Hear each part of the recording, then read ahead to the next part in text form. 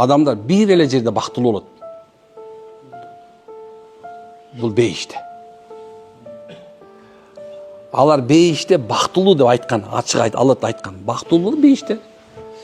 Ал эми ойлошуп анда, бул дүйнөдө бактылык жокпу десе, Субхан айтат экен, бул дүйнөдө бактылык бар, бирок бактылыктын сүрөтү бар.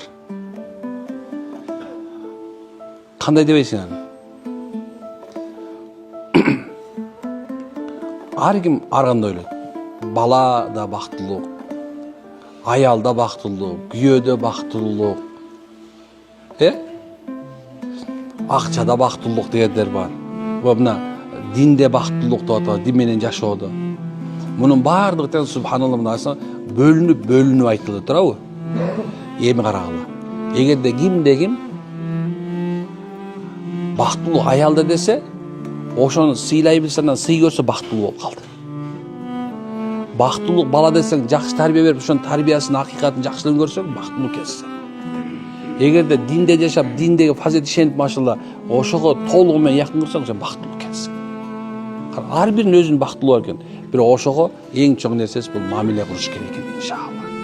Кимдин бул дүйнөдө мамиле курганды билсе, демек бул дүйнөдө күлүп жайнап, жар көптө кайнап, иншалла өзүн бактылуу сезип жүрө берет.